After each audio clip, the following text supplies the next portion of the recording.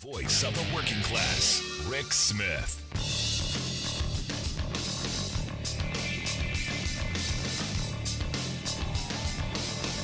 And welcome, brothers, sisters, working class heroes. This is the Rick Smith Show. Thanks so much for being here. Today on the big program, lots to get to, lots to talk about. The full-on offensive against the Build Back Better Act going on right before our eyes. And it's in real subtle ways and in real obnoxious, right out, kicking you in the nose kind of ways.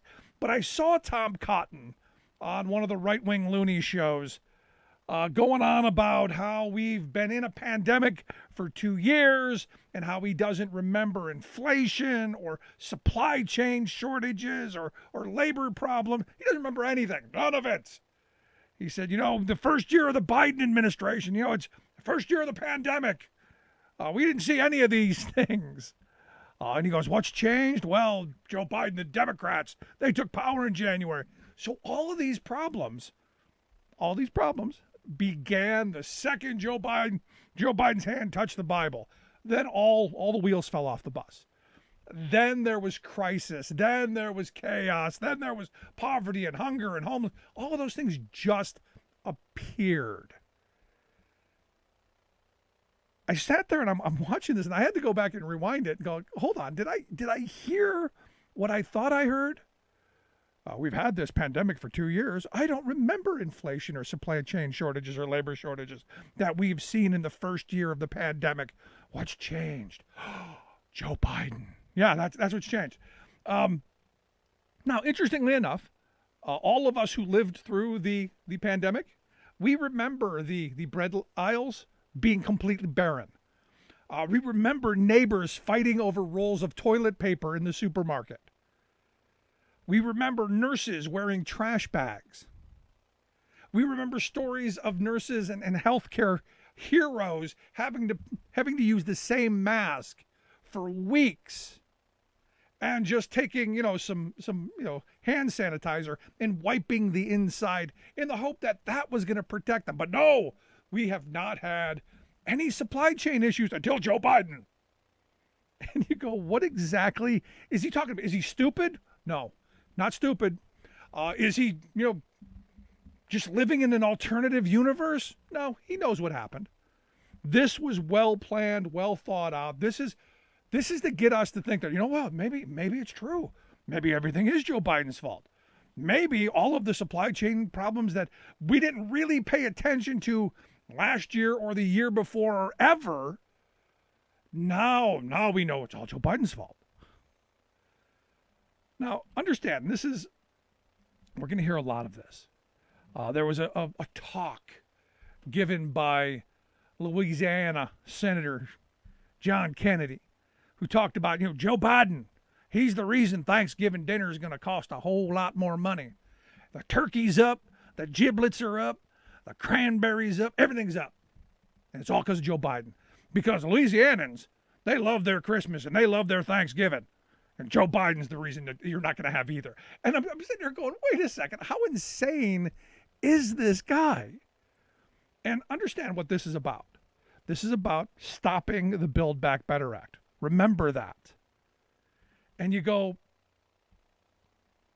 does John Kennedy, the senator from Louisiana, and Tom Cotton from Arkansas live in a different universe? No. They know what's what. And what they want is they want us to get irrationally angry. They want us to be fuming at the mouth. So we're not paying attention to the fact that they did this. The last guy was the cause for most of this. All of this has been bad decision after bad decision by whom? Well, them. And this is not news. But Cotton doesn't want you thinking about that.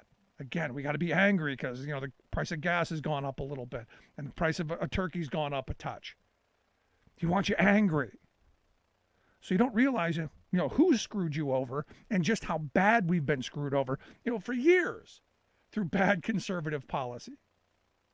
Understand, trillions of dollars of wealth have been, quote, redistributed, stolen from working people across this country and used to create and thank goodness we have them, the largest billionaire class in the history of civilization. Our billionaires, they got to pocket an extra couple $1 trillion during the pandemic, and good for them. And yet, Tom Cotton, all he's concerned about, I don't remember inflation or labor shortages or supply chain shortages before. I just found out now. And as I said, this is about stopping the public investment that would come from the Build Back Better plan. And it's not just the Republicans who want to stop it. There's a couple of Democrats. It's a little bit bipartisan. So you got to understand what's going on in this country.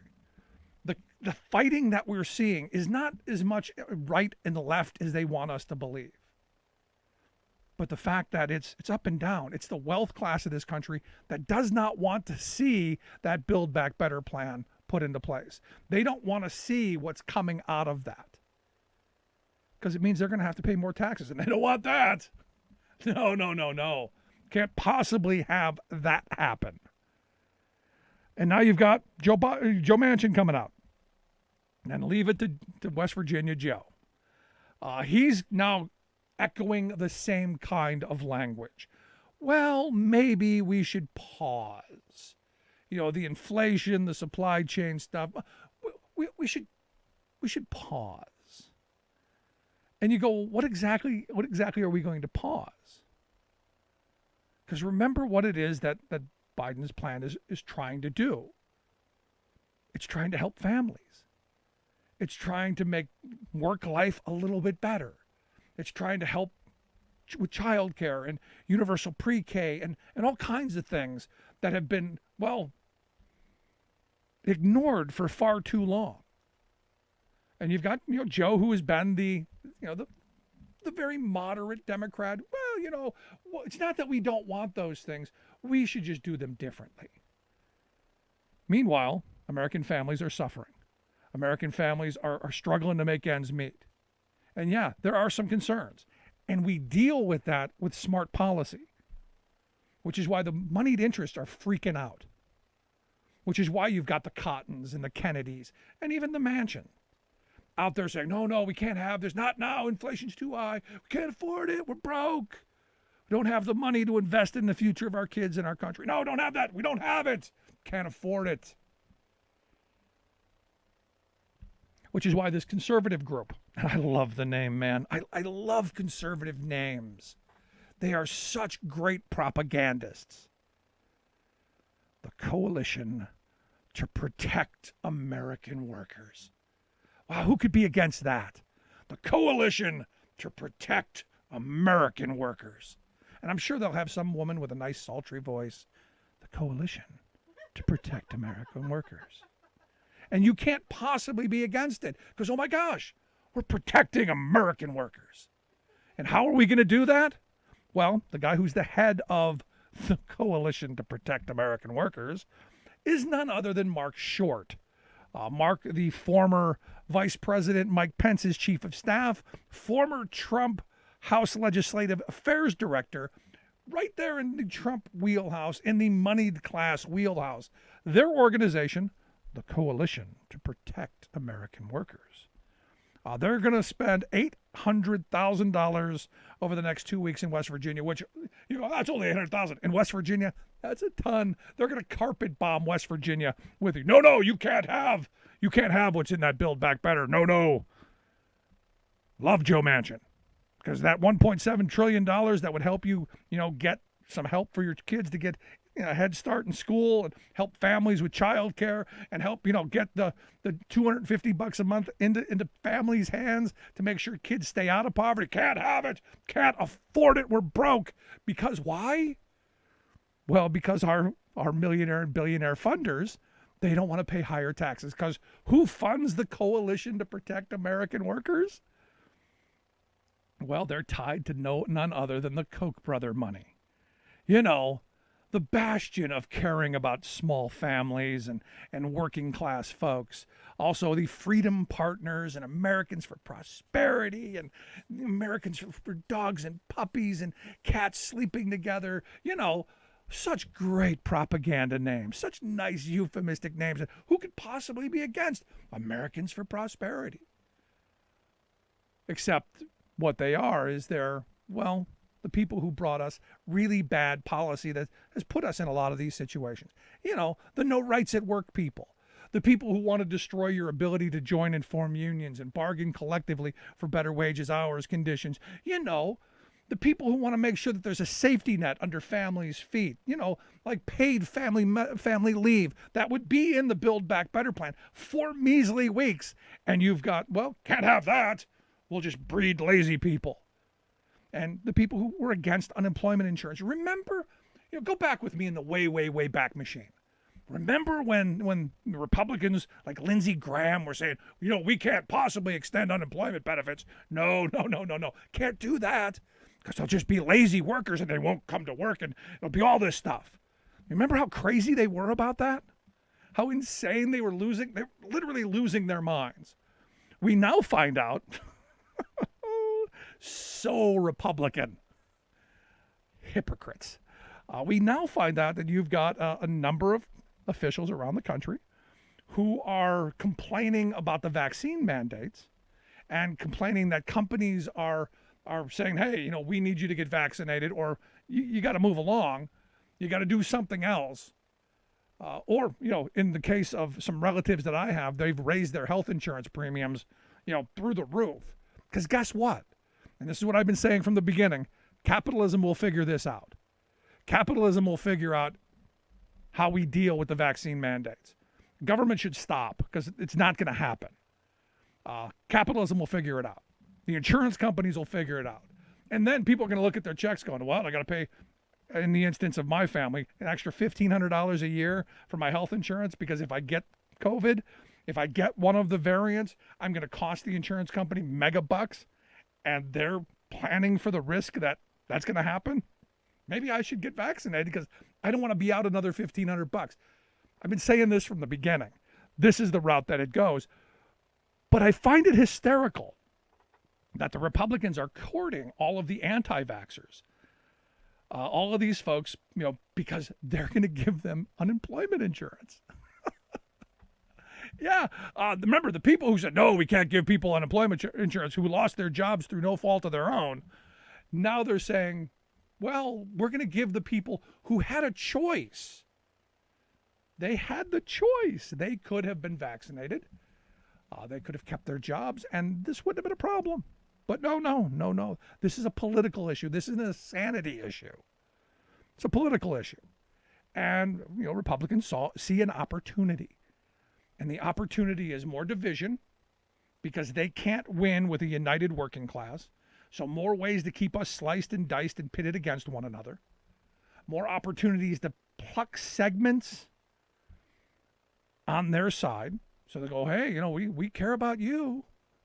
Come and vote for us, even though all of their policies have been bad for working class folks.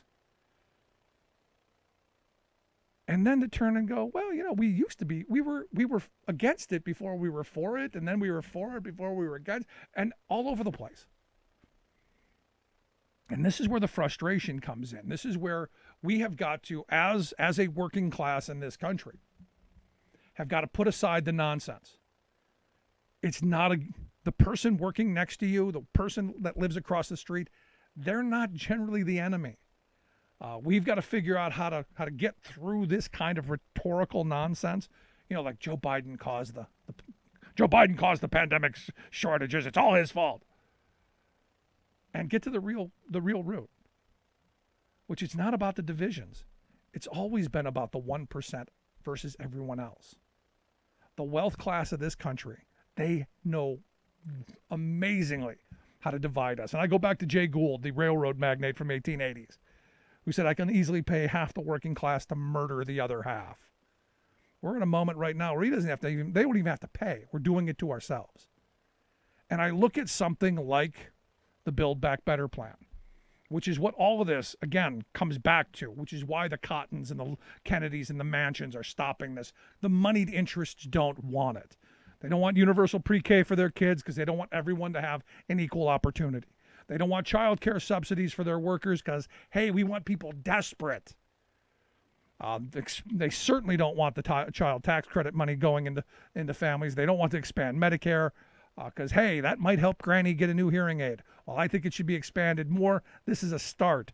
And they certainly don't want paid family leave.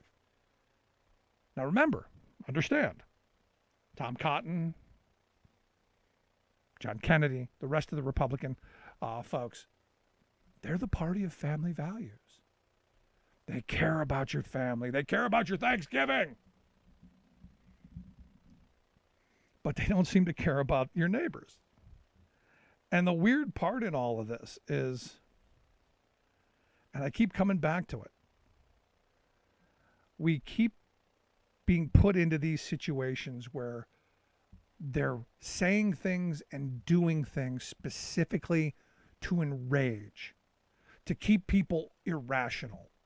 And this has been, 30 years of right-wing hate grievance radio in the making. They have trained a generation to when they bark out the latest attack, they foam at the mouth like Pavlovian dogs. That the second they say, Joe Biden's name, that you immediately close your ears, close your mind, and foam at the mouth. And in that environment, nothing gets done. And nothing getting done benefits who? It benefits the wealth class of this country, because right now they have the best democracy money can buy. They are firmly in control, because understand, those things that I laid out that are in the Build Back Better plan, wildly popular. Wildly popular to help Granny stay in her home. Wildly popular to get her hearing aids and even chompers and glasses. Wildly popular to get family leave so that if you have a child or if you get sick or if you have a loved one who's sick, you don't have to go broke to have to take care of them. Wildly popular. Once you strip back, who's doing it? Because understand, we live in a time right now.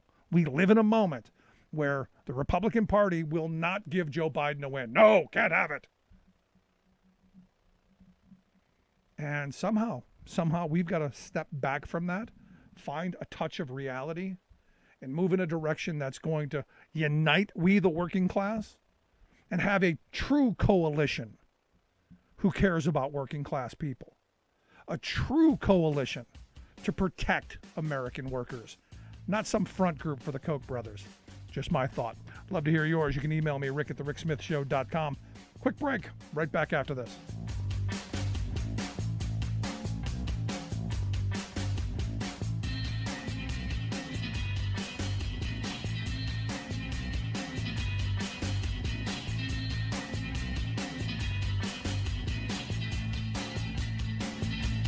I'm Rick Smith, and this is Labor History in 2. On this day in labor history, the year was 1930.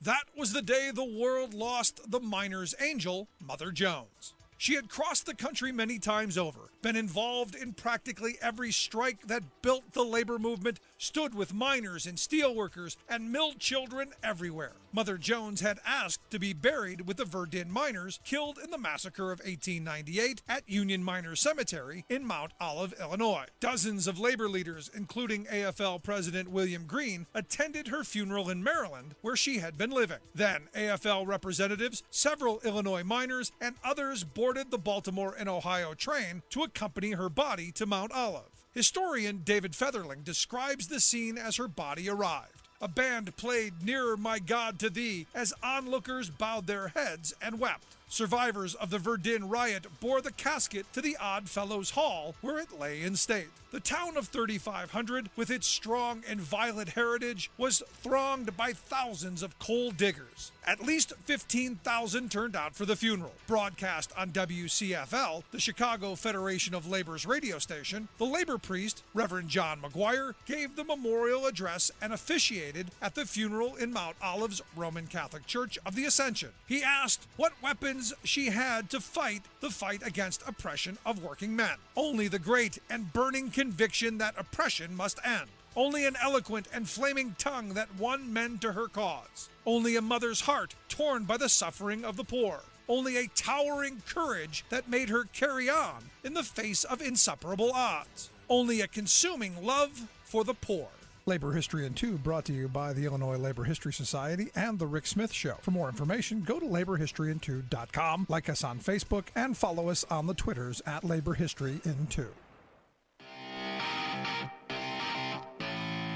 Welcome back to the Rick Smith Show. Now, here is Rick Smith.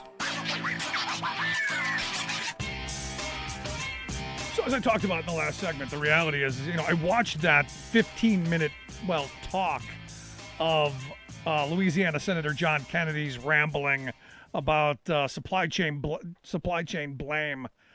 Playing the blame game, it's all Biden's fault, all of it. And, it just happened. It's all his fault. And the reason that Thanksgiving is more expensive, it's Joe Biden's fault. And in Louisiana, they love Christmas and Thanksgiving.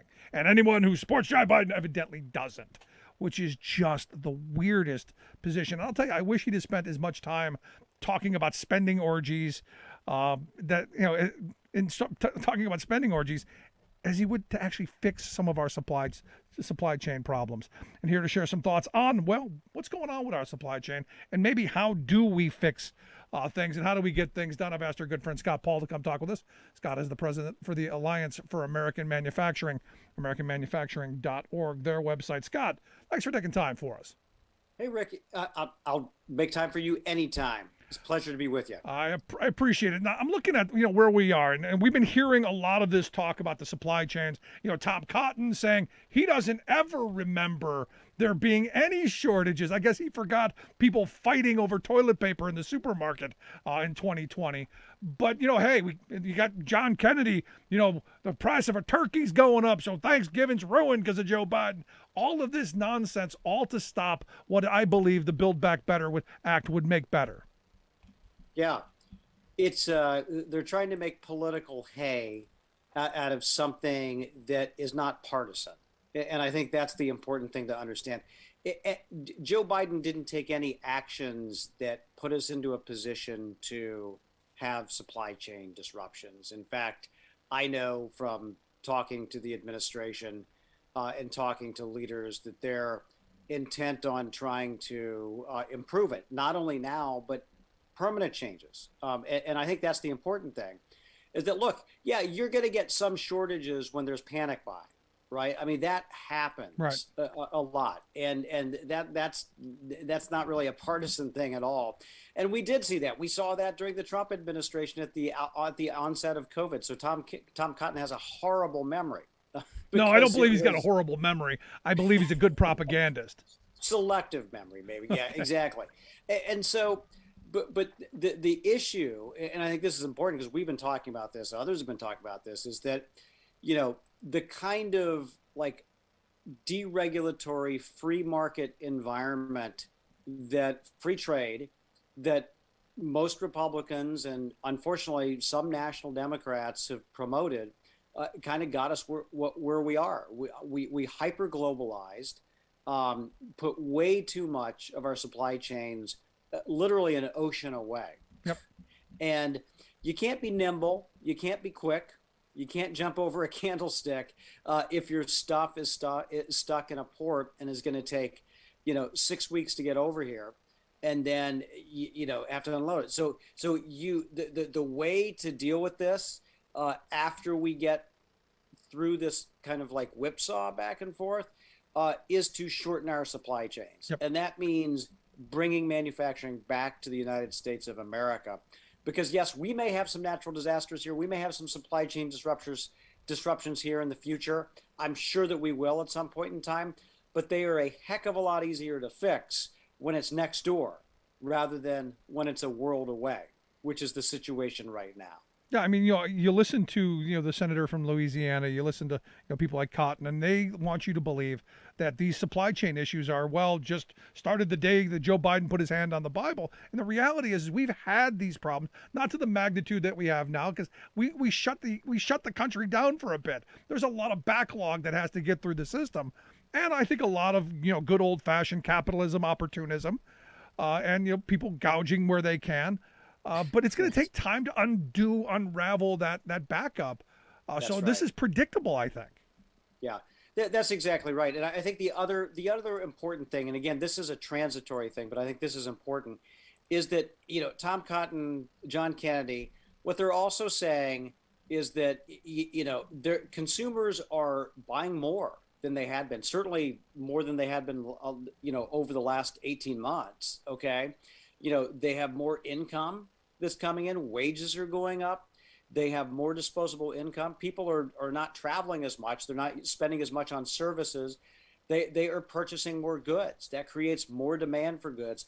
Ultimately, that's a very good thing, and this will balance out. And I'm sure that if people weren't buying goods and these factories were going out of business, and the stores were overstuffed, that they would have complaints too. So my goal is not to satisfy Tom Cotton or John Kennedy.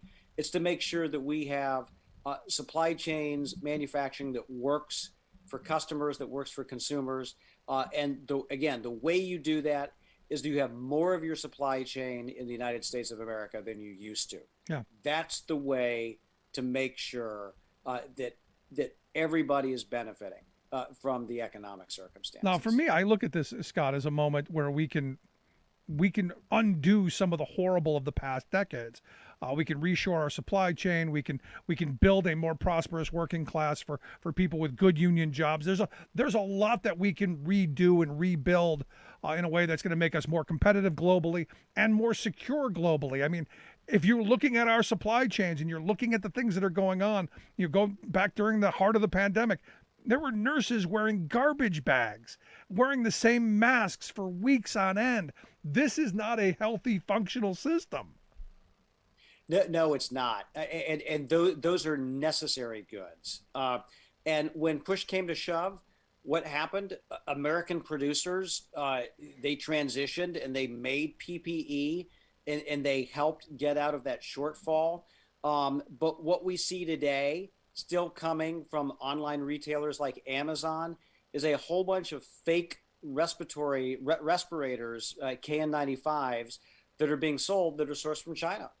And that's, and they're like catnip. I mean, the stuff is like, wow, I can get one of those for a couple pennies. I'm going to jump at that. And without even thinking, Yep. Wait, does this seem too good to be true? Yeah, it kind of does. And it becomes a public health menace because if they don't work, if they're not providing the protection that they're supposed to, they're putting people at risk. Yep. Meanwhile, if Amazon, Walmart, others would give the time of day to American manufacturers, it would be a better situation. But guess what? They make better margins off of the products in China. So they're going to source those, even though it comes at great risk to a number of other things that we hold very near and dear to us and that we depend on. Yeah. And ultimately, if we could figure out how to do this, maybe the tensions with China would change a little bit. I'm not really sure. I mean, we're in this moment where they are our supplier, and we've allowed that to happen through decades of, two decades of, here, you Yes. make it cheap. We'll be able to sell it back to those U.S. consumers, and our billionaire class, well, they're going to get fat and happy off of it. Yeah, exactly 2 decades.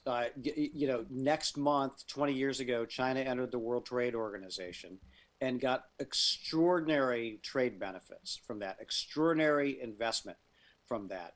The expectation from everybody, and I know you remember this because I certainly do as well, what Bill Clinton and everybody else were claiming is that this would usher in a new era of prosperity for the United States and for China. It would help China to democratize. It would bring it into the community of nations, make it much more responsible. Obviously, none of that has happened. And part of it was a flawed strategy to begin with. Part of it was just a lot of neglect on the part of our national leaders for a couple of decades. And there's no president, I think, who's gotten China right. And so I do think that it's going to be one of the huge challenges that President Biden faces moving ahead. And I think he's right to be very clear-eyed about it. He's not wild like Trump was, and he's not just eager to make a deal for the sake of making a deal on trade, a terrible deal like Trump was. But at the same time, he's not reflexively philosophical on this, like I think Obama was, or Bush, or Clinton. And so I do think that there's some hope that we can get this right. And just like, there was a herd mentality about all these retailers, all these manufacturers headed to China to take advantage of this, I'm hoping there's another herd that starts bringing this stuff back and realizes you can mitigate risks.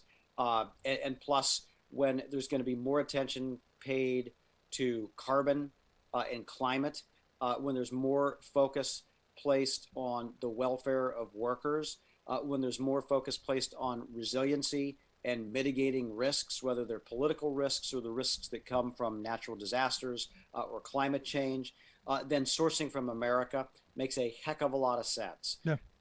And my hope is that MBAs start to understand that rather than just saying, you know what, we got to send all of our work to China. My hope is that that day has passed.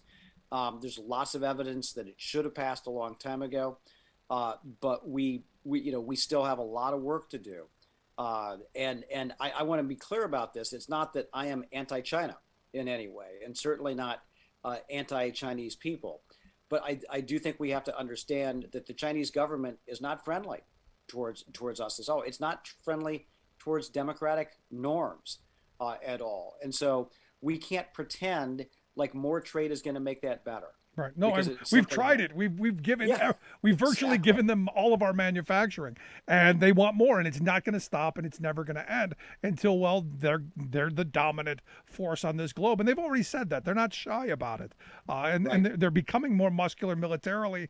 They see themselves as the future of this globe, and that's a scary proposition, especially you look at some of the surveillance tactics and the things that they do. It's frustrating to me. You're listening to the Rick Smith Show here with Scott Paul. Scott Paul is the president of the Alliance for American Manufacturing. AmericanManufacturing.org is their website. You got a question, comment, thought for Scott?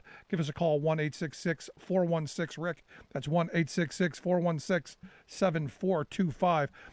You talk about this kind of manufacturing, bringing jobs back, bringing manufacturing back, reshoring our supply chains. This should be something that unites us as a country. This should be something that brings us together. Yet I look at what's going on politically, and we've never been more divided. This seems like it would be the perfect thing to go, yeah, we all want it. How come we can't do it? Yeah. I think part of it is unfortunately partisan politics. And it has little to do with the policy of it. I will say that I'm hopeful because one of the rare pieces of bipartisan legislation that's passed this year was a competitiveness bill in the Senate that was designed to essentially tackle some of the challenges that we face with respect to China. Not a perfect bill, but it was progress. And I know the House of Representatives is going to start working on something as well. And so I do think that, unlike, 20 years ago, Rick, when it was fashionable for national Democrats and Republicans just to be pro open markets with China because it's going to lead to whatever change that you can imagine. I think now, people in both parties are much more circumspect about this, but they have to have the will to come together. Infrastructure is a good example of where that actually happened. Yeah. And so, I don't expect a resounding majority for something, but I do think that there's enough who value wanting to bring semiconductor production back or wanting to make sure that as we transition to other fuels, that the manufacturing is occurring in the United States and that we're not dependent on China for some of that, and that we're avoiding sourcing from regions where China is practicing genocide on its own people. So I think those are kind of a fundamental framework of where we can go. But yeah, I don't expect anything as big as Build Back Better or the infrastructure bill to get done on this. I think you're right. And again, it comes back to, we're pitted against each other, right, left, Democrat, Republican, white collar, blue collar, green collar, ring around the collar. We're sliced and diced. When the reality is our division is the wealth class that controls all of our production and all of that, and then the rest of us who are left fighting for the crumbs. And it's frustrating. A moment ago, you said that you're not against the Chinese people or the country of China, which I don't think anybody should be. It is the communist government. And, there was a story, that caught my attention just the other day. I think it was a ProPublica piece about how China, their surveillance state is not just in their country, but, spans the globe and, right here on our college campuses. And this is, again, how much power and control, and if this is the world we want to live in, because I keep asking that question, where we're going? Is this what we want to leave to our kids? And the answer to me is no. Yeah. This is crazy, and it's worth our readers finding this, or your listeners finding this story, because it is unbelievable. And I will say again, I think this is something that's very good. Having Chinese students and foreign students come to our universities. Our universities are a magnet for global talent, and they can build bridges of understanding, of academic collaboration. I think all of that is very good, and it should be encouraged. I think the challenge has been that as some of these Chinese students have been speaking out, whether it's about the situation with respect to Uyghurs or Hong Kong or other issues, the long arm of the Chinese Communist Party has come into the universities and has pulled them back. And they're being harassed. Their families back home are being harassed. In some cases, students loyal to the Chinese Communist Party are disrupting these activities on American campuses. And unfortunately, and one analyst said this, the Chinese Communist Party is literally paying no price for this. Yeah. Universities are not standing up to them at all, are not protecting the students or their freedom of expression. And so I get that China wants to have rules within its own borders. I don't agree with them, and I certainly think we need to object to genocide and other things that are intolerable. But the long arm of the Chinese Communist Party shouldn't be allowed to reach into the United States of America and impact the right to free expression here in the United States. But that is what's happening, and our university presidents need to speak up. I mean, that's insane. And when I'm reading this story, I'm going, it extends. It's one of those things. Well, hey, you speak out. You might have to worry about what's going on with mom and dad, and that's not the message I think we want to be sending. And it's not. I think we have to stand up to that kind of stuff. And it's all over the place. It's like at Purdue University, Georgia, at Brandeis, lots of different places, and it is just systematic. I mean, it's like the police state come to American campuses. Yeah, it's crazy. Scott, I appreciate the time. Always great stuff. Keep up the great work. Thanks so much. Rick, always great to be with you. Thanks so much. Have a great night. Good stuff. Scott Paul, president of the Alliance for American Manufacturing. Make sure you check out their website, americanmanufacturing.org. We'll get links out on social media. Quick break. Right back with your thoughts. 1-866-416-RICK. That's 1-866-416-7425. Back after this.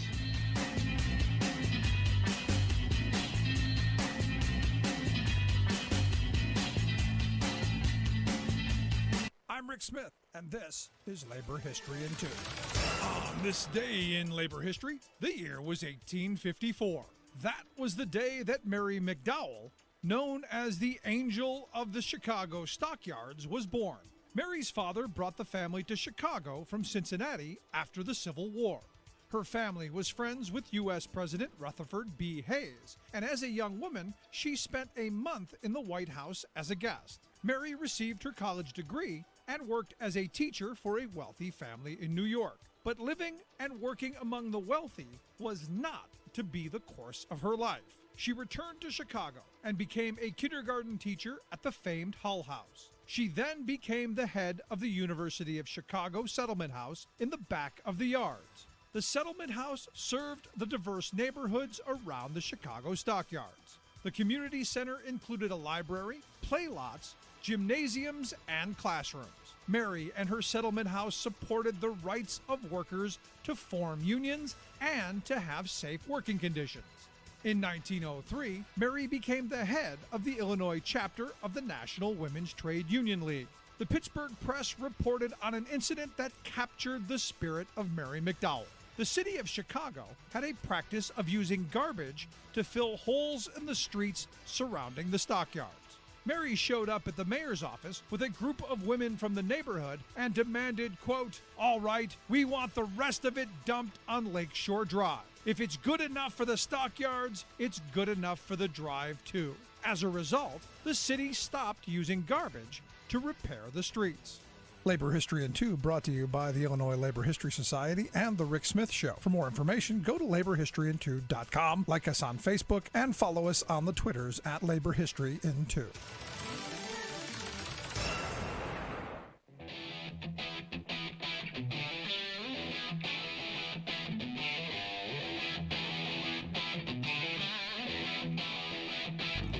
Welcome back to the Rick Smith Show. Now, here is Rick Smith. 866-416-RICK. That's 866-416-7425. You got a thought, question, comment, something on your mind. We want to hear it. Because the question is, how's inflation, how's the supply chain disruption affected your lives? I've been asking this question of people for a while, going, okay, we hear a lot about it. How is it really affecting average everyday working people? And the reality is, some of the responses I've seen is, hey, we're staying home, we're doing different things, we're not buying as much because we're trying to save. What the pandemic showed us is how vulnerable we've become. And look, I've had a bunch of people say wages have gone up, so I don't really notice the inflation that they're talking about. We're paying more in dollars, but I'm making more, so our standard of living hasn't really taken a hit.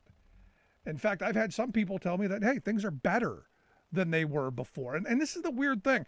As our economy changes, and this is the moment that we're in, the economy is changing. And I would argue, if we do the right things, if we make the right choices now out of this crisis, things can be better.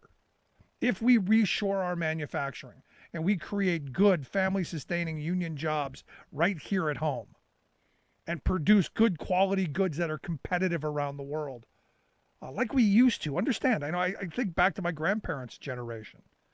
They were able to do all these things. They were able to have domestic production for domestic consumption. And this is what I've been saying for the longest time, this idea that we were sold as kids, in college, taking Econ 101 about rice and beans. The country who has the comparative advantage, they should do all of it. The country has this, and then we'll all be better off. The problem is, all of us aren't as benevolent as the producers of the rice and the beans. You end up with a China who is going to dominate with this mercantilist mentality, and they're not shy about it. Their roadmaps and their China 2025 plan, very, very upfront, very bold. They are going to dominate the next generation of manufacturing, the next generation of technology. They are going to do that. And we have CEOs in this country who, we got shareholders to make happy. We've got dividends to pocket. We've got shareholder prices to get up so we can buy back our shares and cash in when we sell our stock options. We're worried about the next quarter. China's thinking about the next 20, 30, 40, 50 years. We're worried about 3 months from now if we can make the shareholders happy. Not much concern about the working people. Not too much concern about the poor and the downtrodden. No, but we're still a Christian nation, is what they tell us. So I'm curious, how are the supply chain issues? Are you going to the stores and not seeing toilet paper on the shelves? Is there bread? Is there milk in the stores? Are things there? Because, unlike Tom Cotton, I do remember those moments at the grocery store where there was nothing there. You want to talk about a supply chain issue? Yeah, that was it. And people had to risk their lives. And we called them essential. We called them heroes and patriotic. And now we're just dumping all over them. It's a shame. On Monday, you had Joe Biden meet with a bunch of CEOs to talk about supply chain issues. And I do find it interesting that some of the comments coming out of that meeting, for instance, the comment from the CEO of Walmart, Doug McMillan, he said that, a lot of things are improving. Things are good. We're doing all right. Shelves are stocked. You go to Home Depot, it's packed. And yet, good for the president, not buying it. Not buying this because, understand, at the end of the day, what they want stopped is any investment in holding them accountable and regulating some of this stuff and going back and looking at, hey, why is this stuff broken?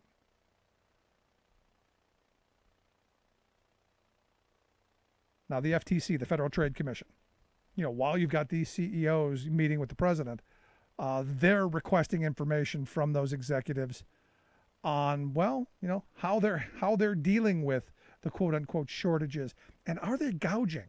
Because I've said from the beginning, yeah, some of our problems are, the ports are backed up, not just here in the U.S., but in China and elsewhere.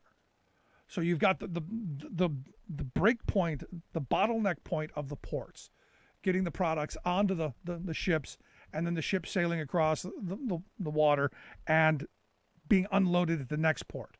You've got those two bottleneck points. And then once you get them off, where do you go with them? Because you can take them off a whole lot faster than you can put them on trucks and get them out.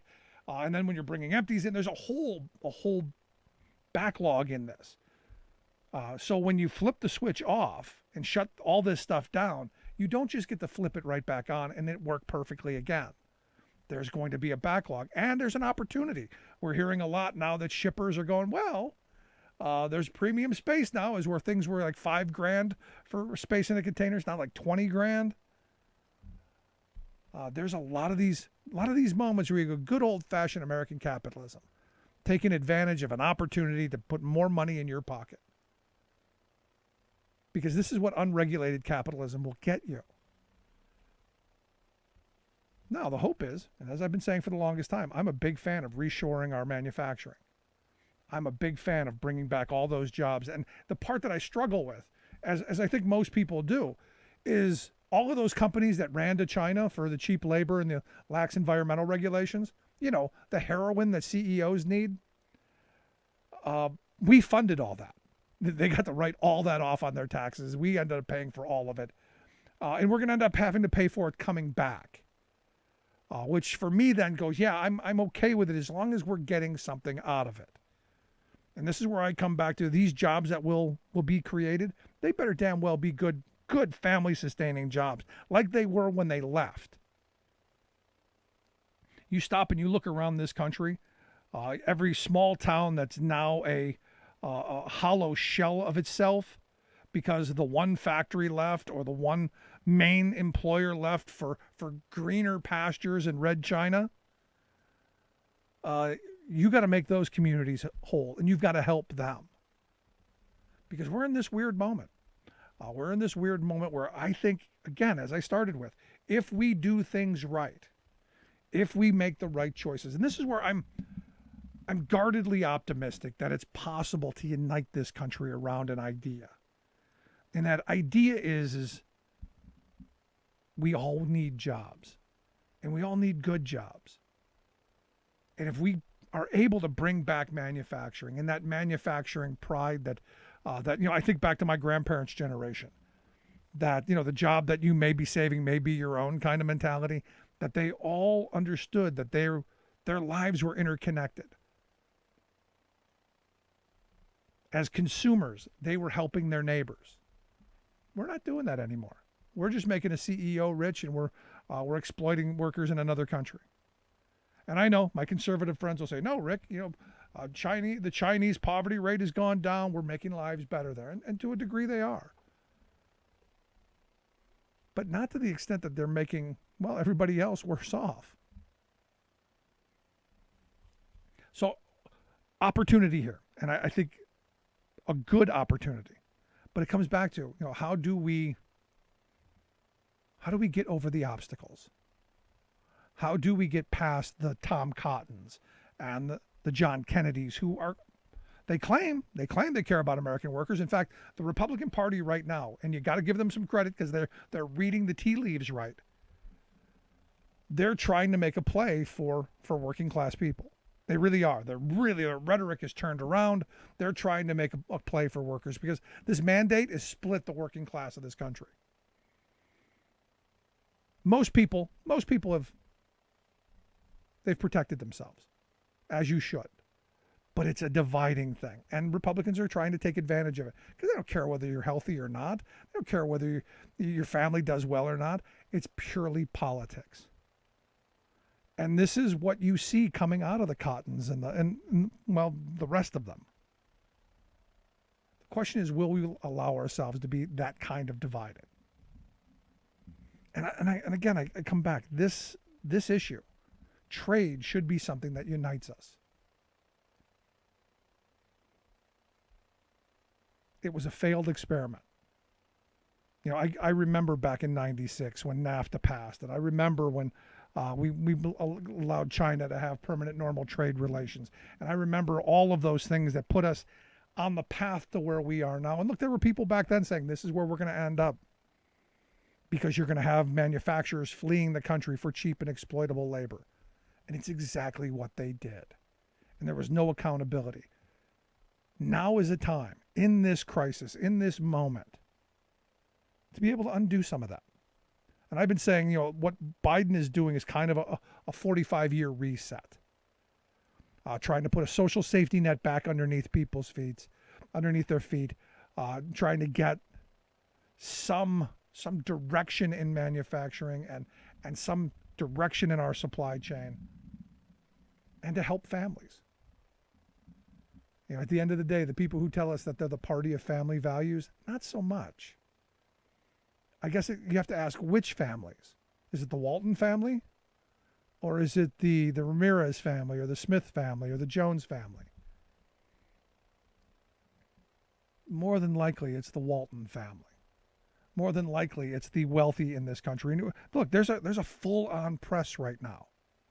At every turn, you see Walmart advertising how wonderful they're making their employees' lives. Nobody does it better than Amazon. Every time I turn around, there's an Amazon ad on Axios or in other places saying just how wonderful they are. And yet, as we found out yesterday, a company that did every possible thing to break the law to deny their workers, the ability to join and form a union. And you go, but no, Rick, they were just making their case. No, they weren't making their case. They were intimidating people. They were threatening people. And the kind of surveillance state stuff that we were just talking about in China is exactly what they do at Amazon.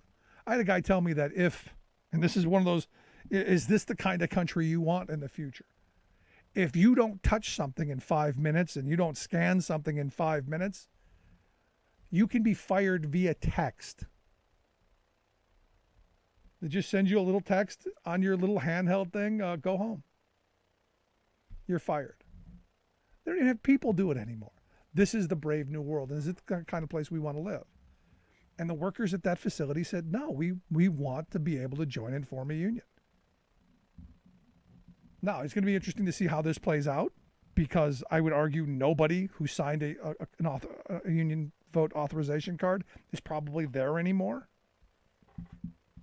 And this is another example of a bad actor being, rewarded for being a bad actor. But something has to happen. And my hope and thoughts go out to the workers there at that Amazon plant in Bessemer, Alabama. Also, quick shout out to the Kellogg's workers in Michigan, Pennsylvania, Nebraska, and Memphis, Tennessee. It's been, I guess, almost 2 months now that the Kellogg's workers have been on strike. Evidently, they haven't talked since, I think, November 11th, when Kellogg said, this is the best offer you're getting from us. And now they're talking about permanently replacing those workers. And all the workers are saying is, look, we don't want a two-tier wage system. We don't want our union divided. We want to get rid of this. It's been horrible. You can't keep people. People want to have full-time jobs that pay the same wages as everybody else. We want better scheduling. We want, basically dignity, basically respect. And that two-tier wage system is one of the big slaps in the face. And, I guess they're going to start talking again here this week. They haven't talked since November 11th. But I found it interesting what the AFL-CIO in Michigan put out, the statement they put out there. They pointed out that the CEO of Kellogg, this Steve Cahillane, evidently their numbers, their math, said that he can afford to buy Thanksgiving dinner for all 31,000 employees at Kellogg's for the next 7 years on 1 year of his salary. They say that he's paid more than 279 times more than median wage of the workers at Kellogg. his $11.6 million compared to the $41,000 median wage of the workforce, 279 times. Does he do 279 times of the work? Is he shoveling 279 boxes of cereal per one? No. He's moving money from one pocket to the other and ensuring that the shareholders are taken care of. This is going to be an interesting week for this because, look, this is, you start going this far down, they start threatening to do permanent replacements. It tells me that our labor law is completely broken and we need massive comprehensive reform. We need to be moving in a direction. This is something Biden's talked about. If we could get the Build Back Better plan pushed through, at least there would be some penalties, some very small ones, but there would be something. But there's got to be something in here to fix these contract disputes like this. There's got to be a way to get to a table and force negotiations without giving the employer the ultimate ability to fire everybody in the unit. That's not how this is supposed to work. But 70 years of ossificated labor law, this is what it's gotten us. And for me, this strike is kind of a real important one, because if they're able to get rid of all those 1,400 workers and replace them permanently, that's going to send a horrible message. And it'll be interesting to see what the Biden administration does if they do try to permanently replace them. And it'll be interesting to see what happens. How will the community react? I know in Chicago, when they closed up the Nabisco plant and moved it to Mexico, there was a huge hue and cry. But eventually it died down because people have lives and they had to get back to them.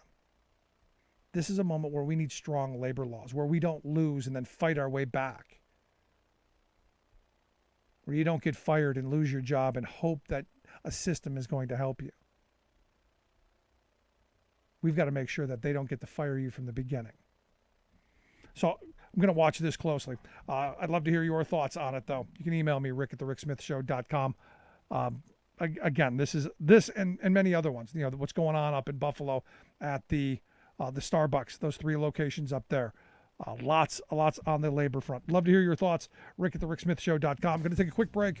When we come back, Senator Doug Jones is going to be here to share some thoughts on, where we are, where we're going, and what we need to be doing to turn the country around and forward. Back after this. Stick around. You're listening to The Rick Smith Show. We're working people. Come to talk.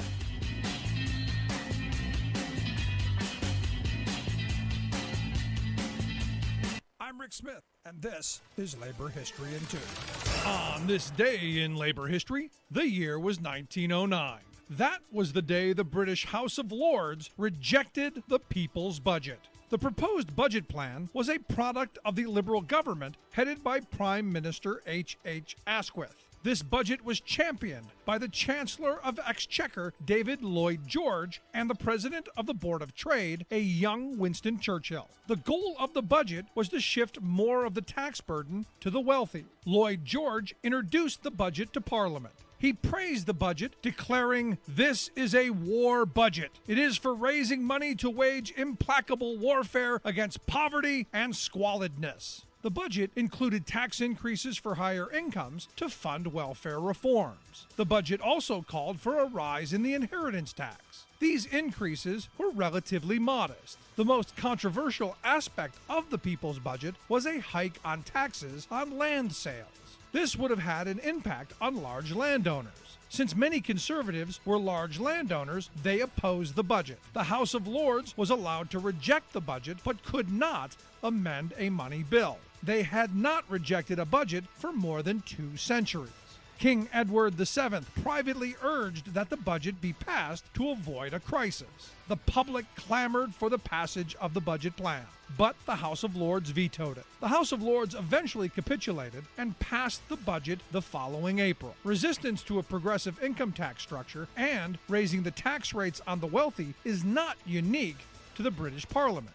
Similar tax proposals have been offered in the United States and have been met with stiff opposition from conservatives in our Congress. Labor History in 2 brought to you by the Illinois Labor History Society and The Rick Smith Show. For more information, go to laborhistoryin2.com. America's economic and political inequality has led workaday Americans to exclaim, "The system is broken. Let's fix it." But there's another version of this protest that I'm hearing more frequently these days. "The system is fixed. Let's break it." That certainly applies to such rigged systems as money in politics and voter suppression, but it's also relevant to seemingly mundane matters that restrain our personal freedoms. One of the insidious fixes we need to break is the claim by brand-name corporations that we consumers must be banned by law from repairing the products they sell to us. The weak battery in your cell phone, the fuel sensor in a farmer's tractor, some gizmo in the toaster you bought, a fuse in your business's truck. You could fix all of these yourself or, with a little hassle, take the problem to a local repair shop. But no, such manufacturing powerhouses as Apple, John Deere, and Panasonic assert that only their corporate technicians are authorized to open the product, which you own, to make it work again. So you are expected to deliver it to their distant facility, wait however many days or weeks they tell you, and pay an inflated price.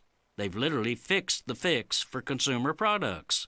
They impose their control by making the products as needlessly complicated as possible, then claiming that the complexity is their patented proprietary product.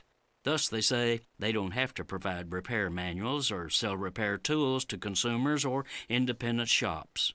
Gotcha.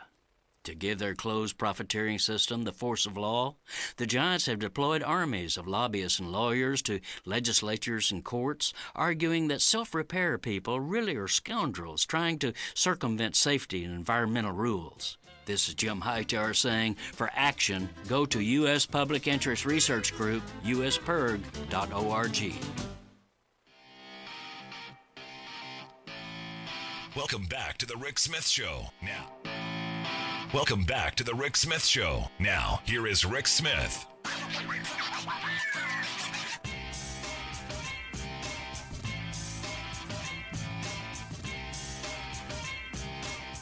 So, it's no surprise to anyone right now. We're in this really kind of bizarre place. Our political divide is in a really severe condition. Large swaths of the population are in their camps, and never shall they ever speak or engage or have just discussions that just a couple of years ago were possible. For instance, I've had several conversations recently, and I've talked about this, where things are going wonderfully, things are going great. There's common ground, there's agreement, there's even laughter and understanding. And the second you get anywhere near something that might possibly be political, it's knives out. There are things we used to agree on, believe it or not, like infrastructure. One of those things we used to believe. There were no Democratic roads or Republican roads, or no Democratic bridges or Republican bridges. There were just roads and bridges. But now we can't get anything done because we might give the other side a win. And the sad reality is when our politicians start looking at things that way, we all lose.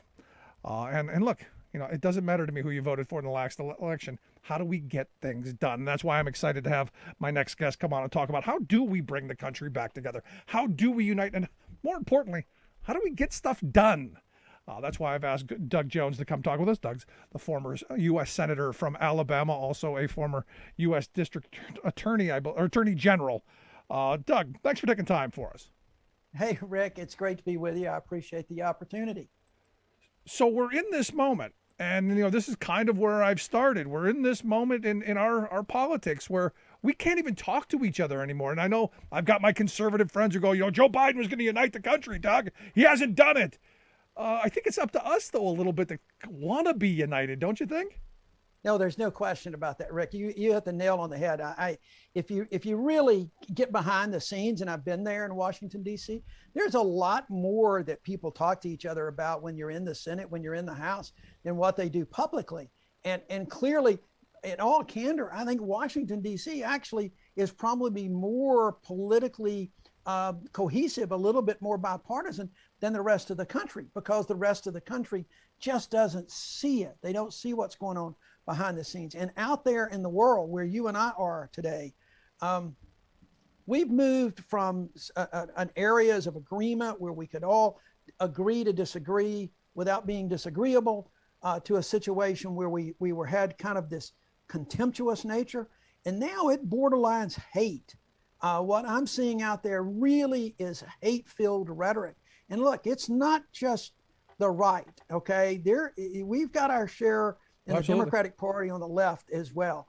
And we got to move past that. And it's going to be very difficult in the social media world. It's going to be very difficult when the parties seem to want to just go for political power as opposed to getting things done. But I'm the eternal optimist, Rick. You followed me in the Senate. You know I was always there preaching, trying to get people together, trying to work bipartisanship. But also, I told people I would laugh when they would say, Doug, we want you to be bipartisan.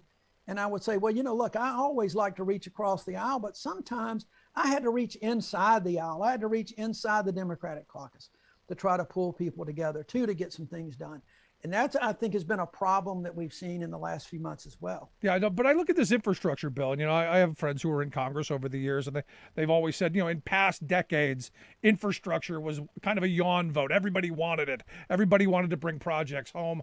Why was this so difficult to get, and why is it so difficult for us to get, the investments that we need in the future done? I mean, for me, it's about, I want to get things done, but I'm in this weird spot where we're fighting over things we used to really agree on. Yeah, you're right. You're right. But now let's go back a little bit and look at some of the history. First of all, we've had for the last 3 presidents wanted to get giant infrastructure bills passed.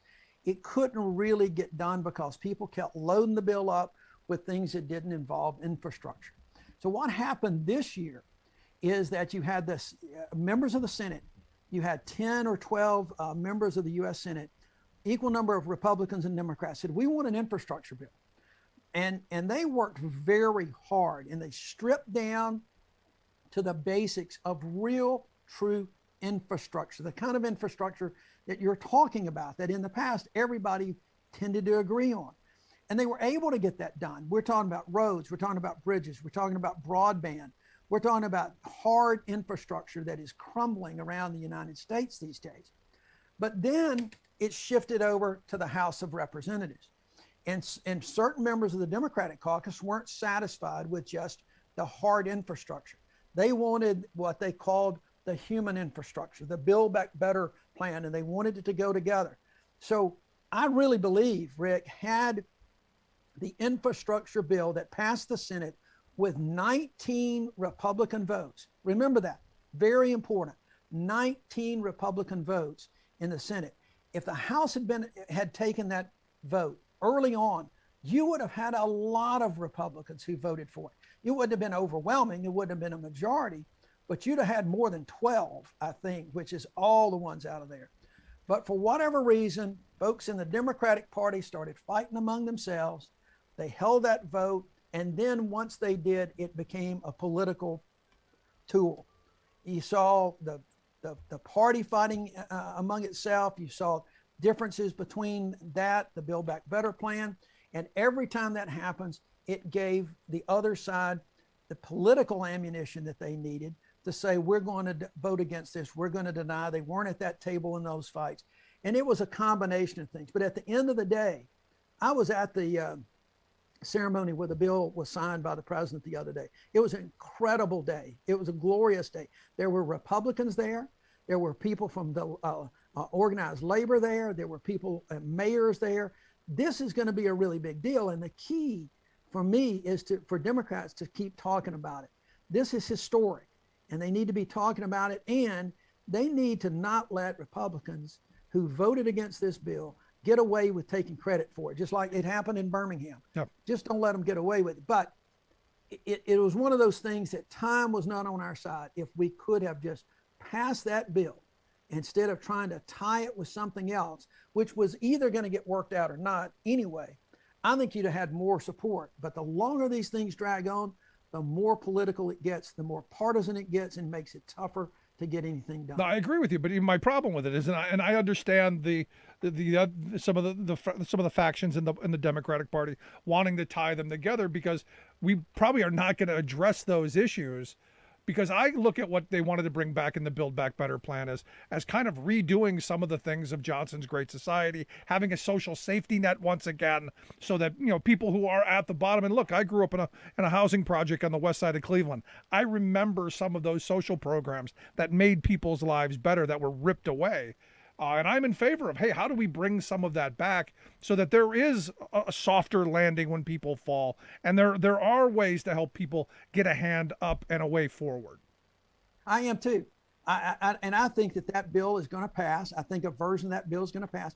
I think it was always a version of that bill was going to pass. Okay, regardless, and that's the difference. Only that, you know, I think Mark Warner said it. Only the Democrats would fight over things that we agree with and hold something hostage. It was That just is so crazy true. in my view to do that, and when we didn't have to. And Yeah. I really believe the Build Back Better plan, a version of it, I believe is going to pass.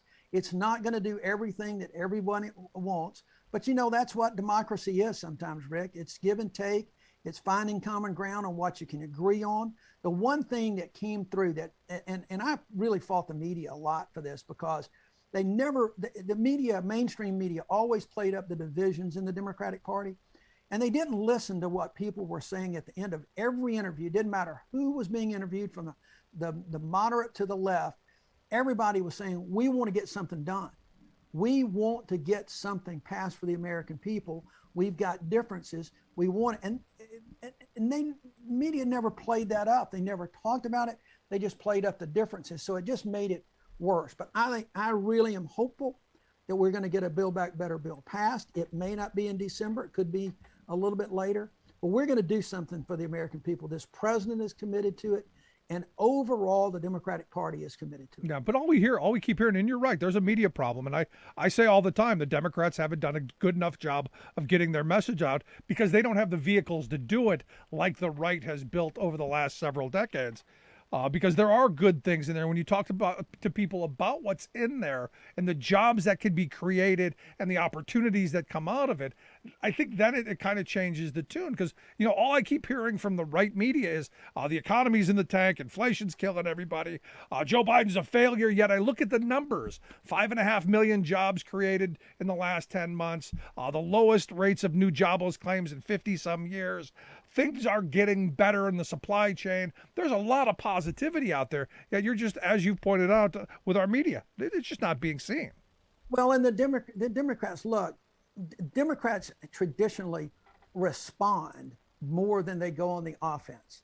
They try it, but they generally respond. And what they're responding to are some of the negative things. They're responding to the overall amount that this might cost. But there's legitimate concerns among a lot of people about the size of the bill and the overall cost. And so when you have a responsive message as opposed to an offensive message, of which you're really taking and talking about the things that you're doing, then you're behind the eight ball. You're letting somebody else define you, and you're trying to play catch up. Democrats have got to do a better job of going on offense and going straight to people where they are, Rick. That's the other thing too. We don't need to be out there talking to folks in organized labor, the rank and file, people in the rural areas, people out there that have questions about Democrats. We don't need to be talking down to them. We don't need to be talking and saying we know better than you. We're going to take care of you. We need to be going where they are and understanding their concerns. And they've got a lot of them. Yeah. They're very concerned about the economy. They're concerned about inflation. They're concerned about where their job's going to go. They're concerned about education for their kids on a local level. They're concerned about education for their kids. We need to go there, and we need to talk to them about it and what we're doing, and what we're doing in a positive way, and not just responding to Republicans with all the crazy stuff that's going on out there with what they're saying, which most of which is not even factual. No, I mean, it's insane, some of the stuff that I see and I get from Republican listeners. And I wish it weren't, because this is new. I mean, in the past, I've been able to at least have conversations. Now it's immediately when you start talking about anything political, the knives are out and people are ready to go at each other like I have never seen in the past. I agree. Ben Sass, who's a Republican from Nebraska and a friend of mine, I like Ben a lot. He calls it insta-certain. The minute you have something said politically, everybody has an opinion that can't be changed. How we go about trying to change that that dialogue, how we go about having dialogues is a real challenge for us, because so many things, whether it's religion, whether it's education, you name it, everything has a political component to it these days, and people go to their corners. And trying to pull people out of their corners from both the right and the left is going to be very difficult. But I'm going to tell you, we got to do it. Our democracy is at stake if we don't do it. And I'm not just talking about attacks from the right. Those are the most obvious. But our democracy is at stake. And if Democrats don't understand that and trying to find that common ground, as opposed to just accusing people of things, we've got to, we're going to have a rough road ahead of us. No, I'm with you. And one of those places, is in our court system. I mean, we've just come out of two trials, the Rittenhouse trial and the Arbery trial, where, depending on where you were politically is where you thought the verdict should go. And the Rittenhouse trial being one of those, where you had the folks on the left, he's absolutely guilty, he should go to prison forever and ever. And on the far right, he's a hero, and he's done patriotic hero work and should be given the Congressional Gold Medal, which you go... Yeah. Insanity. But yet, this is where I struggle. We've got a right-wing court system and another court system where I don't think anybody at some point is going to go, yeah, we trust the outcomes. Well, that is a huge problem. There's no question about that. And that starts with the Supreme Court now, which is, despite the individual justices trying to say it's not so, the perception is that our Supreme Court is a political court these days. And when that happens, it really hurts the credibility and faith that people have in all of the courts. And the folks on the right and the left, they were both wrong on the Rittenhouse case. This really was not about a political right or a political left. This was about the law as it existed at the time. It's about the facts that they had at the time. And I think most lawyers who watched that case were not that shocked at the outcome. That kid was in the wrong place. He should have never been there. But at the same time, there were a lot of folks that shouldn't have been there. Right. And it was a very difficult situation. People would need to remember that the law more often than not in a criminal case is designed to protect those that are accused of a crime. We don't want to start letting our guard down and start letting prosecutors run amok. They've done it before, but we've got to keep our guard up on protecting people accused of a crime. No. So I think both the right and the left were wrong. Quite frankly, Kyle Rittenhouse, if he had any real integrity to him at all, he could really make amends and say, look, I was in the wrong place at the wrong time, and I should have never been there. And that, if he would just really talk about that, it would take the wind out of the sails of the far right, who think that it's okay to be a vigilante. And it is not okay to be a vigilante, but he would acknowledge that he was wrong, he should not have been there, and urge people to have restraint in any situation like this. Unfortunately, I don't think he will do that, because he's getting far too much attention from Donald Trump and everybody else on the right, but he had some opportunities. And when you really look at the evidence, Rick, it's hard to argue with a jury in that case. I think one of the problems in that, and look, let's just be honest. I'm gonna just be really candid about this. Our criminal justice system is only as good as the human beings who make it up. Yep. Okay. This is not a system where you just punch in a computer card and there's an outcome after an algorithm. These are run by humans. And so in the first instance, you got to have prosecutors and investigators who are going to do the right thing and follow the law. You've got to have a judge who's going to do the same thing. Then you've got to have a jury who's going to do the same thing. At any point, if that breaks down, there's going to be a problem in the system.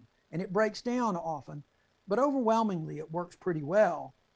In this case, I think there were things that could have been done different by just about everybody in that case. I'm not completely sure it would have changed the outcome, though. No, I'm right there with you. And I got to take a break right here. And I want to pick this up on the other side of the break, because I do think it's important, because my view of it was pretty simple. That he went there looking for trouble. He found trouble and then, claimed self-defense. And I want to get your thoughts on the other side. You're listening to The Rick Smith Show here with former Alabama Senator Doug Jones. Quick break. Right back. Stick around.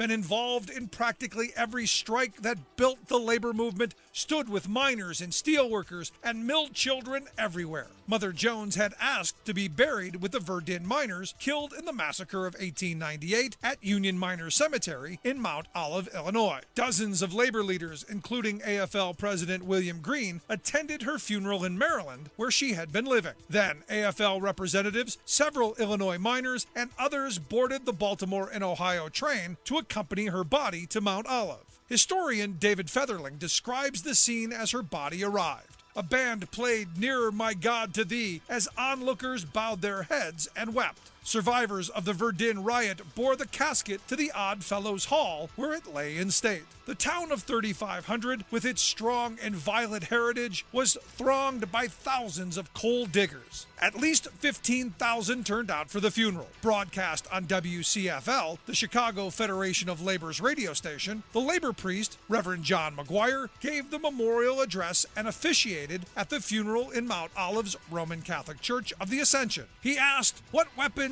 she had to fight the fight against oppression of working men. Only the great and burning conviction that oppression must end. Only an eloquent and flaming tongue that won men to her cause. Only a mother's heart torn by the suffering of the poor. Only a towering courage that made her carry on in the face of insuperable odds. Only a consuming love for the poor.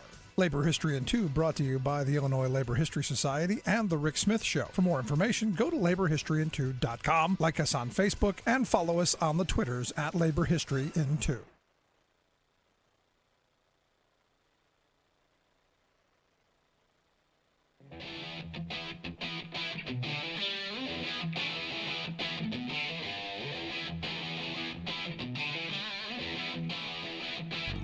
Welcome back to the Rick Smith Show. Now, here is Rick Smith. So as we were talking about in the last segment, you look at the Rittenhouse trial, and I said from the beginning, not surprised by the outcome. In fact, I expected it. My problem with it all along has been simply this. The kid went to Kenosha looking for trouble, saying that he was going to stop violence, and if he had to use violence by taking that AR-15, he was going to do this. And my problem all along, George Zimmerman case back in the old days forward, is if I go looking for trouble and I find trouble, do I then get to shoot somebody? Is this the new normal? Is this where we're going to be? And here to share some thoughts on where this is, our good friend Senator Doug Jones has stuck around through the break. Doug, thanks for sticking around with us. Rick, I appreciate it. I don't think it's a new normal, Rick. I really don't. I mean, unfortunately, there was not a crime to be charged Kyle Rittenhouse for looking for trouble. And under the law, anybody, if they're in a situation who is threatened, whether you agree with it or not, if a jury reasonably believes that their life was being threatened, they can use the force necessary to defend themselves and to protect themselves, whether they were there looking for trouble or not. And unfortunately, if that was the case, I mean, that has to be the case, quite frankly. And the only evidence in the Rittenhouse case was really that he was there initially to protect property, Quite frankly, I'm not sure a lot of people bought that, but it was about the only evidence that you could get. It's a difficult case for something like that. But, Rick, we also need to remember that one of the things that we've got to do is not just the Kyle Rittenhouse folks that may come when there is trouble brewing. We need to also try to figure out how to stop trouble from brewing. Oh, yeah. That whole thing in Kenosha got out of hand. It was started as peaceful protest, and we need to allow peaceful protests, but we got to figure out ways to make sure that those protests stay peaceful and they don't get out of hand like that, because it was a bad situation in Kenosha. And there was a lot of things about that really made, I think, to some extent, this jury verdict inevitable. No, and I agree. There was, in my view, and I said from the beginning, there's no way they're going to find him guilty, because at that moment he was defending himself. My problem is and this just happened the other day to me. A road rage incident where a guy came up to my window screaming threats and obscenities and all kind of stuff, and we were going to start rolling around on the ground. I ended up pushing him, away through the window. But it got me thinking: is this a moment where, Somebody, can I shoot him? If I get out and we start wrestling around, can he shoot me? Is this the world that we're moving towards? And look, I don't want that to be our world, but we're seeing these cases. And I look at the Zimmerman case. He started a fight with the kid beat him up, and I'm afraid for my life. I got to kill him now. I don't want that. No, I think what you're hitting on, Rick, is a much bigger societal problem. It's not a justice system problem. It's a society problem where you got road rage instances like that happen all the time. And people are okay for somehow threatening people, doing violence, following people. You saw it in the Zimmerman case. I think the Zimmerman case was the absolute travesty. I think that jury, for whatever reason, I completely disagreed with that verdict. And you saw just the opposite in the Ahmaud Arbery case, where they also were, stalking poor Ahmaud Arbery. And fortunately, there was a video that showed they just killed him. Yeah. They just stalked him and they killed him. What I worry about is that we as a society are becoming a little bit too complacent when it comes to violence in general. I agree. Everybody can get in on the act. That's going to be a harder thing to overcome. And it involves families, it involves faith leaders, it involves schools, and it involves public officials who will denounce any kind of violence, whether it's from the left or the right or whatever. Violence and criminal activity of any kind has to be denounced consistently. No, you're absolutely right, because some of the responses I've gotten from people are, I can't be a Democrat. They're the party of riots and looting, even though that's not true, but it's what they're being fed. It's totally not true. I mean, it's stunning that they're allowed that peaceful protest that devolve into some kind of riot. That Democrats or any political party would be responsible for that any more than a political party is responsible for violence, period. It's not the case. And Democrats have consistently denounced that violence and urged prosecutions of all those committing that violence. In fact, there was recently the person that replaced me in the United States Senate had an amendment to a bill to deny municipalities any funds, and if they had defunded the police, and every Democrat voted for it. Every Democrat. Nobody wants to defund the damn police. But we need them. We got to have them.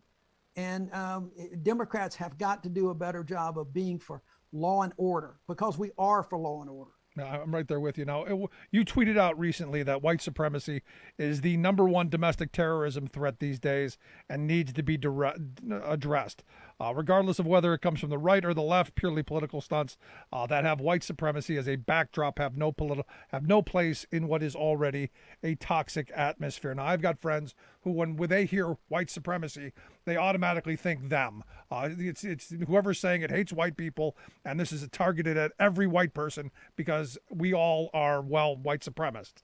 Is that what you mean? No, of course not. That's silly. That is somebody who has got a little bit of a chip on their shoulder and a little bit concerned about some of the things that they may be saying. That's not what I mean at all. In fact, white people contribute to the diversity of this country as much as anybody else does. It is part of that mosaic that we've got here. What I mean is that there are people in this country who absolutely believe that that white Caucasians with European descent need to be set on a pedestal. This country needs to be all white, and they will even take up arms if necessary. It's happened before. I mean, we had a civil war over this. We had Reconstruction was a failure because of the same thing, and we ended up with Jim Crow.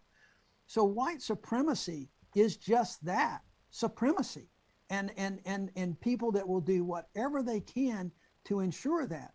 That's not all folks. It's not all Republicans. It's not all white people. It is just those who have this bent, and there is no question. You look at the statistics these days, the criminal statistics, white supremacist violence is on the rise and has been over the last several years. We've seen it time and time again, whether it's hate crimes in racial instances or even religious instances.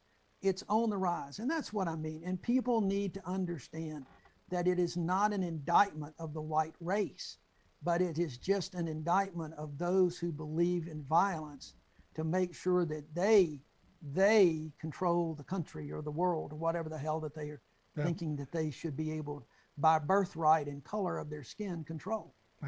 I've said for a long time, the reality is the place that we have to come together is in the workplace, and which is why I'm a firm believer in labor unions. And I've said it a bunch of times on election night 2020. I was on a picket line leading a strike. I was marching with Trump supporters and Greens and you name it. We were there fighting what is the righteous fight. And for me, this is the direction forward, I think. Find that common ground, the things that we agree on, that people should be able to make a reasonable living. People should have health insurance, have retirement security, have dignity in the work that they do. But sadly, I'm looking around and the ability for workers to join and form unions have been almost eviscerated. I look at what's going on at Amazon. We just now find out that because of all of the illegal activity that Amazon did in your state in Bessemer, they're now going to get to run another election. And I don't see that as a real penalty. There should have been a union imposed. They should have been forced to bargain. They should have been forced to do the right thing. But yet now they got another bite at the apple to beat their employees up. I do want to get your thoughts on what's going on there. Well, first of all, I'm really happy to see that Amazon's going to have another vote. I mean, that's the law. That's the only thing they can do. They can't force employees to unionize in a right-to-work state like Alabama, but they give them another bite at the apple. And I think that by showing really the lengths that Amazon went to deny this vote, I'm hoping that it will help these folks organize and get a little bit better job and get more people out there to vote. I was out there with Reverend Barber and some others in support of those folks. But Rick, I think that it goes beyond right now. Let's just be really honest about this. With organized labor, especially in the South, it goes beyond just the right for a living wage and for good benefits and things like that. There are a lot of cultural issues that organized labor and the members have that I don't think that has always been addressed. And we got to make sure that people know what those are and the fact that we can understand all of those issues. But I am hopeful that with what we're seeing in the Build Back Better plan, what we're seeing in the infrastructure bill, I mean, the infrastructure bill alone is going to do more for organized labor than any piece of legislation probably in the last 30 or 40 years. Yep. It's really amazing. I just hope that we can get not the leadership in organized labor, but the rank and file, the guys out on the line there in Pennsylvania or here in Alabama, the unions that we have here. I hope we get them to understand what's been done for them to help them and their families. And I think it's really important that we support organized labor, because I've always believed, at the end of the day, Rick, there's not a ton of difference between what is organized labor needs and wants and what business wants. They've got to have each other. They've got to, organized labor makes these businesses run and makes them profitable. And businesses need to understand that and recognize that as well. And they can fight over contracts, but at the end of the day, they are together what can run this economy. And the economy is running right now. It's booming right now. And I think we're going to see a rebirth of organized labor because folks are going to them to say, this is what we are trying to do for you. No, I agree. But I look at Amazon. All of the things they got away with, all of the illegal tactics that they've been doing. That Amazon's not new. They're not Magellan. They haven't discovered anything. This is stuff employers have been doing for decades. I've done organizing. I've come up against all this stuff. It's what this is to me is a highlight of how fractured and broken our labor law is, and why we need major comprehensive labor law reform to return to what the original intent of the NLRA was, which is to encourage unions and encourage people to join and form unions so that they could collectively bargain. In fact, it's what employers wanted then because they wanted industrial peace. I don't want to go through what my grandparents' generation had to do with the kind of stuff going on in the streets because, we got more guns now. Right. Yeah, no, I agree with you about that. I'm going to look at the glass half full here, Rick. I just think that this vote for a new election in Amazon could be an interesting turning point. It's not going to completely turn the ship around, but it's getting people's attention about what's going on. And if we can continue with efforts like this, remember, part of all of this in these labor movements, in these union votes these days, is making sure that businesses follow the rules and documenting it when they don't. That's exactly what happened in this round of voting. And we'll be right back out there supporting these guys again, and we'll see how it goes. I think the votes are there if they can just get them out. It's just like any other election, Rick. You got to get your votes out. You got to do your homework. There you go. It's just not the voter suppression. That's part of it and can be a big part of it. In the past, it's been a controlling part. But I think we got to do a little bit better job too, and that and a lot of other things in voting around the country. I'm with you. I did want to bring up another thing in your backyard. Warrior Met Coal, with I think 1,100 Warrior Met coal miners have been on strike. I guess it's about 9 months now that they and their families have been on strike. And now you've got the court system, again, back to the courts, weighing heavily on the side of the employer, basically shutting down their ability to picket and their free speech rights by issuing these injunctions that I guess now is going to go all the way till December 5th, probably even longer. What do we do for those folks? And again, I go back to the fractured nature of our law. Where do you see forward there?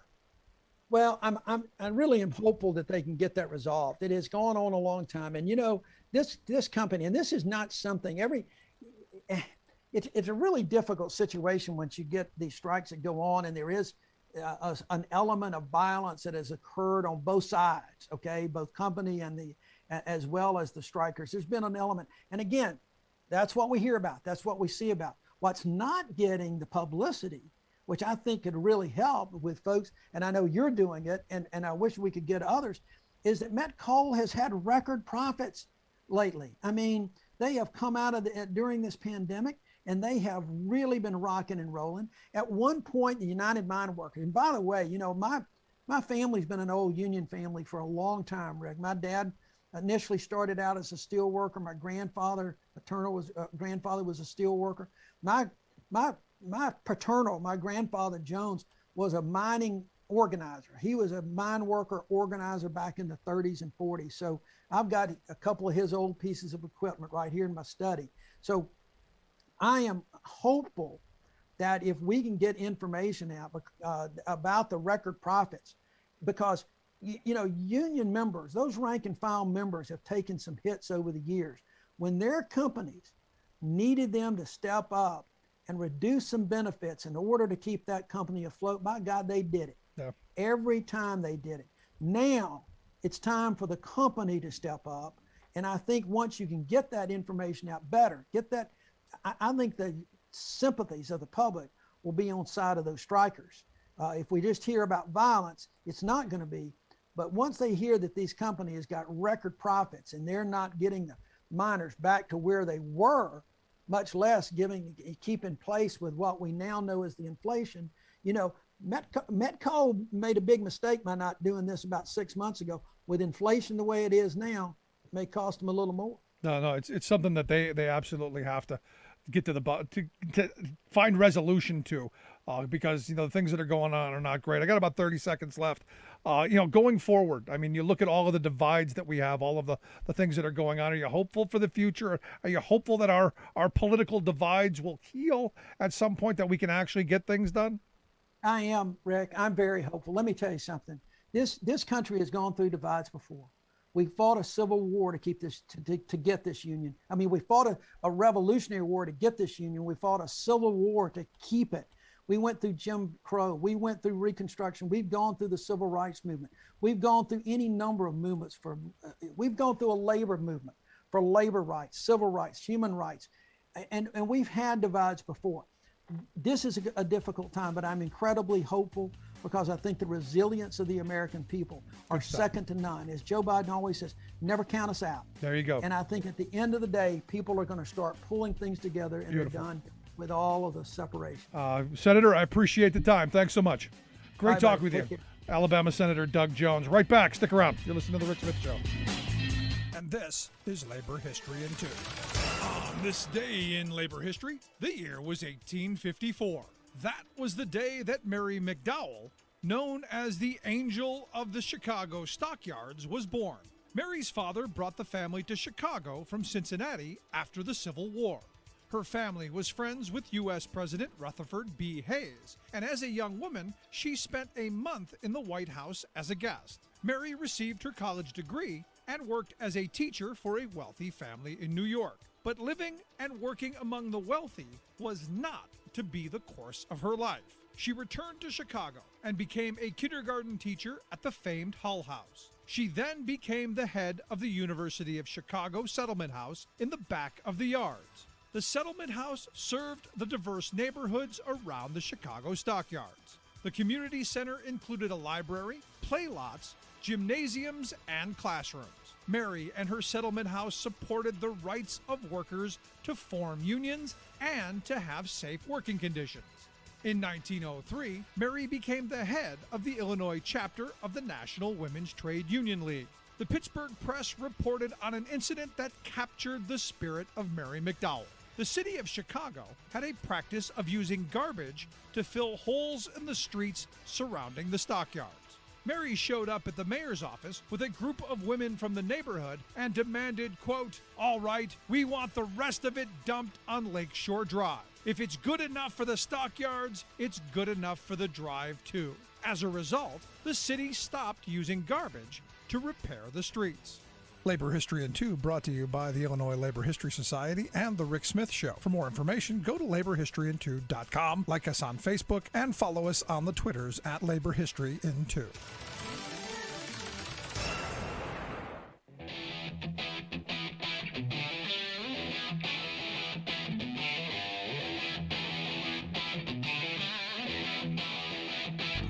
Welcome back to the Rick Smith Show. Now, here is Rick Smith.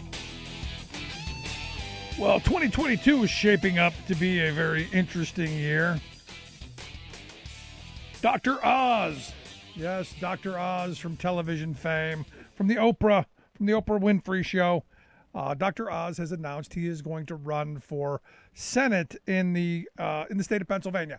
Not a resident, as I understand. Probably got an apartment not too long ago, so he'd get an address or a P.O. box or something. But actually, I guess lives in like Cliffside Park, New Jersey, or something like that.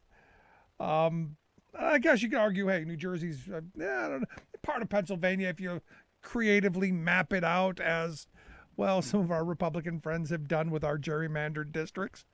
But yeah, Dr. Oz, I gotta wonder. I wonder if he's gonna get the endorsement of Oprah Winfrey. But it's gonna be an interesting kind of. I'm not gonna say entertaining. I'm gonna go with bizarre. I'm going to go with eventful, kind of. Lots of insanity to discuss. And look, doing a program like this, I guess it makes it easier to look at someone like Dr. Oz and some of the other people who are throwing their hat in the ring and go, yeah, is this the best we're going to do? Is Congress really now a reality show? I don't know. You look at what's going on, especially the last couple of days. With this Lauren Boebert and the nonsense that she pulled with Ilhan Omar. And you go, why would she do the kind of stupid stuff? Well, the reality is she thought nobody was looking. She thought nobody was paying attention. She was amongst friends. Who would turn in, a video of her, going on about how, the Capitol Police thought that Omar was a terrorist and was rushing with, fear on their face. And Boebert, said she was the jihad squad and just all of the stupidity surrounding this whole story when none of it is even remotely close to true. There's another video that just came out again of Boebert saying that she looked at Omar and said, "Oh, look, the jihad squad is here." That never happened. I can guarantee that never happened. Because if it was me, she'd have said that to me, well, I would have gone jihad on her. I would have gone after her. And look, Boebert doesn't have that kind of, in an elevator away from the public eye. She's not going to do that. She needs an audience. She needs the attention. And that's what all this is. This is all people who wanted the attention, and finally the crazies are giving it to her. On the other side, you got the other, that Marjorie Taylor Greene, who's going after another Republican representative. And you go, exactly, how is this helping yourself? And look, this is going to happen. At some point, the Republican Party has to break itself up. It has to split between the people who aren't going to take the insanity of the Trump era and those folks, and people who actually want to get things done. Now I look at this Dr. Oz, Ohio native, went to medical school at the University of Penn, so does have some Pennsylvania roots. I guess, being a college student, frequent guest on Oprah, started his reality show. The last time that he talked about, considering to run for something, they say it was in 2007, where he said he would call himself a moderate Republican. 2007 was an entirely different era, where, most moderate Republicans that I used to know from 2007 are now rabid, flame-breathing, foam-snorting Trump supporters. Now, Oz has a connection to Trump. He was the presidential. He was on the presidential council on sports, fitness, and nutrition in 18, and then again in 20. Now he's going to run for Senate. And look, he might as well. It has been a total circus so far. The Republican primary, had I'm not sure if he was a wife beater. I think he was the wife. I think it was they're accusing him of being a wife beater and having a whole bunch of problems with the family. Family value folks don't necessarily. Well, I guess it depends. But he dropped out, and there's just like a whole cavalcade of crazy, one further to the extreme than the next, and you're seeing that across the country. I look at Texas. Evidently, there's a North Texas guy who's going to run for the Texas House. I guess it is the House District 68 there in Texas, where he's running against a Republican incumbent because evidently he's not crazy enough. So this guy who is was arrested for allegedly assaulting a police officer in the January 6th riot.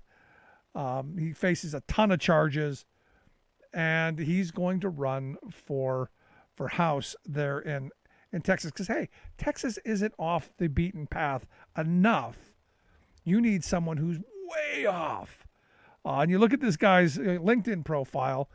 He says he's a volunteer firefighter and a Cub Scout leader. Holds 2 business degrees and a master's of theology from Liberty University.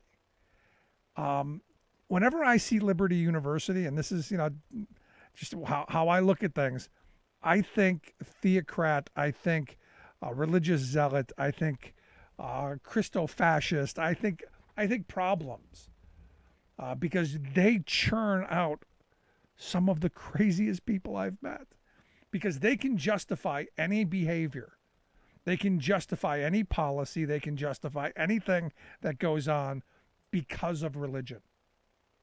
No, we don't feed the children. They'll find you a justification in their text about, hey, you got to pull yourself up by the bootstraps. Horatio Alger evidently was one of the disciples, because he pulled himself up by his bootstraps. I mean, we're just in this weird kind of world where we've fallen down the rabbit hole. And understand, again, this is how they divide us. But evidently he's filed paperwork. So now this is a race I now have to watch. Will an insurrectionist be sitting in one of our halls of power? Will someone who assaulted a police officer during an insurrection in our country be able to sit in the halls of power? Wow. And I guess, look, it's the world in which we find ourselves. It's the time we find ourselves in. And it's not going to get any better. It's not going to get any better until we get to the bottom of what's going on. Now, I have some hope. You saw the other day that Ali Alexander, one of the white supremacists, they had one of the white supremacist groups, is going to testify behind closed doors. I wish it was in front of a camera for all of us to see, because I think this stuff has to be. We now find out that Mark Meadows is coming to some agreement to testify. We're going to find out more about that in the coming days. But ultimately, the more that these rats start squealing, the more other people are going to throw in. And again, my problem is this should have started on January 7th. We should have been bringing people in front of the committee on January 7th, before they were able to spin this and go, no, it wasn't an insurrection. It was just like any other day. We were just like walking in the park. It was so fabulous. It was a patriotic day. No, they were there to stop the certification of our election. That's why they were there. There's no rewriting history. We don't get to go back and undo the treason. You don't get to go back and erase the videos of your crimes.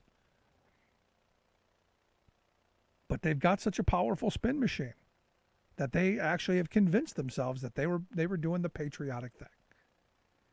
It's the rest of our responsibility to make sure that no, you weren't. And you deserve to be spending time in jail. And we've got a lot of stuff to be digging into. I look at this latest book out by David K. Johnston, Pulitzer Prize-winning investigative journalist, who, in his book, The Big Cheat, how Donald Trump fleeced America and enriched himself and his family. And look, I could have written this title. In fact, I probably did on Inauguration Day 2017. Because anybody who had followed Trump at any point during his life knows it's all about him. Knows there are going to be a lot of debts behind, a lot of people who got cheated behind, and this is what it has been. I didn't have a crystal ball on Inauguration Day 2017. I wasn't clairvoyant. This was the most corrupt administration in the history of our nation, and fleeced us to no end. And what David K. Johnson has come up with saying is, Trump enriched himself and the Trump organization to the tune of nearly $1.7 billion in revenue. You think of all those golf carts, you think of all those golf trips that he said he was never going to take. Remember that? I won't have time to go golfing. Yet the golf thing was almost every weekend. And guess where they were? Yeah, that's right. They were on Trump properties, which is how you get to this $1.7 billion number. Look, the guy's smart. He's an incredible huckster. He knows how to enrich himself. And the thing that's amazing to me, really, I mean, the thing that is truly amazing is that he's convinced a large swath of the working class that this billionaire, maybe billionaire, we're not quite sure, but this guy who claims to be wealthy, who has cheated, people, at every turn, that guy somehow cares about the working class. And you go, did I miss something? And this is my problem with what's happened over the last 30 or 40 years.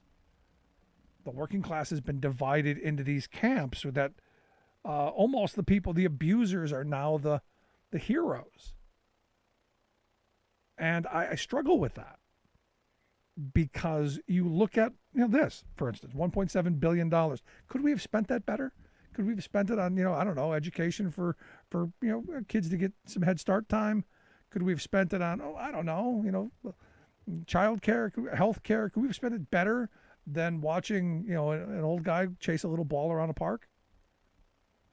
Especially when it's the one that he owns and it doesn't actually cost him anything, yet we got to pay for it. And then you think about all those golf carts that went to Secret Service agents and the rooms that they charged and all the meals and all the diplomatic things he tried to pull off there. I mean, there was that one, was it the G6 that no, come to Mar-a-Lago. We'll have it at Mar-a-Lago. Or was it Doral? I think it was Doral. Either way, it was about, hey, how can we put more money into my pocket? How can we, a little more grift? But I got to wonder, and I'm looking forward to getting a hold of The Big Cheat by David K. Johnston, because I want to see, is this money that came from, foreign dignitaries staying in his hotels just to curry favor? Is that part of it? And can you really track all of that? Is this all of these euphemistically named front groups who held their shindigs at his properties. Is that part of it? And yet, I still have conservatives tell me, well, Joe Biden, he enriched himself. Because Hunter got a job that he shouldn't have gotten. And look, I'm with you, he shouldn't have gotten it. Oh, surprise, nepotism exists. But when you look at the Trump crime family, you go, holy, no one holds a candle to the kind of grift and con that went on there. It's quite remarkable. Speaking of quite remarkable, Trump felt the need to weigh in on British Prime Minister Boris Johnson's interest in spending a little bit of money on wind power. After all, isn't that kind of like an island where they're at, surrounded by water, and you can put windmills around and capture some of that? It's kind of a windy place. Might actually work, but according to Trump, Boris is wrong. He's wrong if he's going heavy into wind, making a big mistake, the former guy said.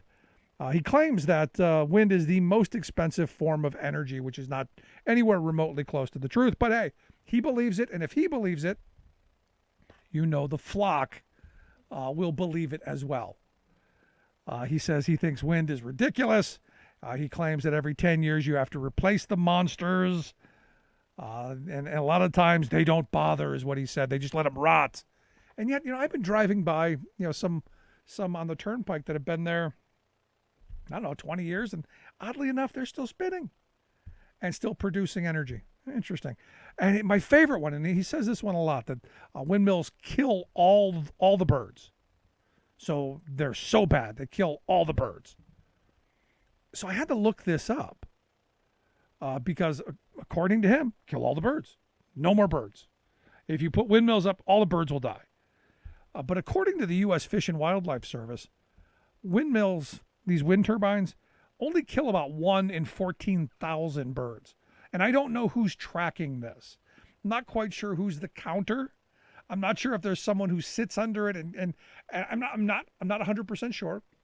I'm guessing it's I'm guessing it's kind of an estimate, but again, I'm not sure if there's someone going 1, 2, and maybe they have to clean. I'm not sure, but according to them, wind turbines every year kill on average about 230,000 birds, which is a lot.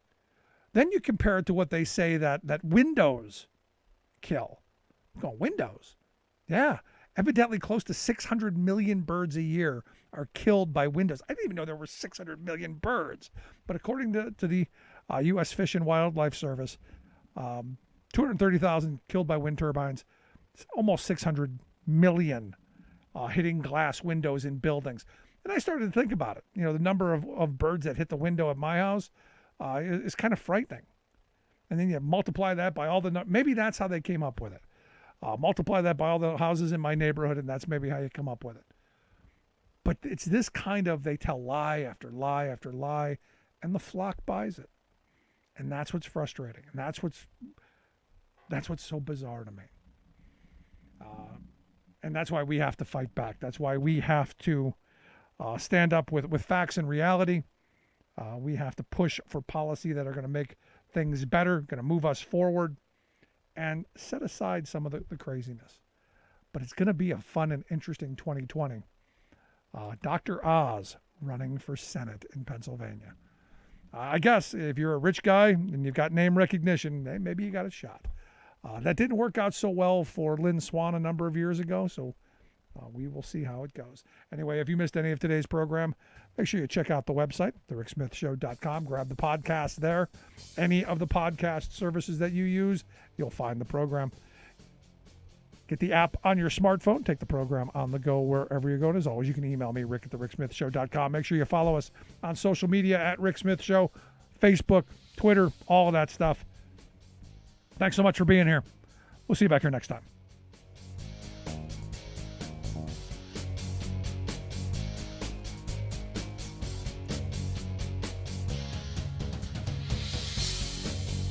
You've been listening to The Rick Smith Show. Email Rick at rick@thericksmithshow.com. Until next time, this has been The Rick Smith Show. where working people come to talk.